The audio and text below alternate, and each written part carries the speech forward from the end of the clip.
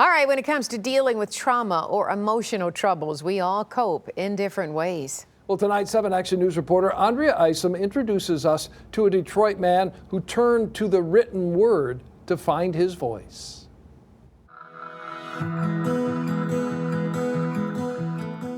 Honestly, I was so blessed to be here. One thing I can always see is people on my block looked out for me, right, because they saw potential. But I also saw a lot of people not make it. So I felt very fortunate, to still be here at 40, honestly. Having that reality that, truly life isn't promised to you, that sticks with you.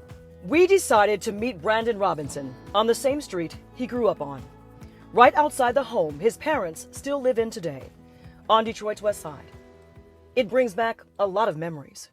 Many of them are filled with hurt, sadness, and a lot of loss. Death hits. Brandon lost friends to violence at a young age. He saw people he loved go astray. That fear of what his own fate would be was haunting. These traumas were and are attached to Brandon, and trauma is a heavy burden.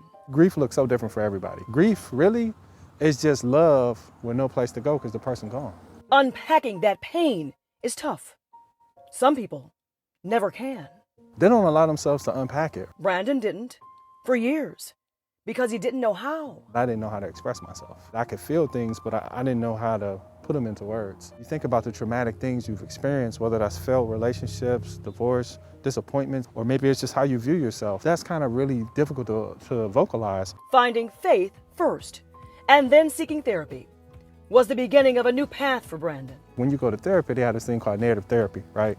So if you hit a stuck point, they give you a journal and they say, write it out. So for me, it's like God gave me a pen and a pencil and I just started writing. I was able to be vulnerable with myself. And I think that's the most important thing, is being honest and vulnerable with yourself allows you to grow into learning how to express yourself to others. When I had the pen and the pencil in my hand, it became the key, it became my voice.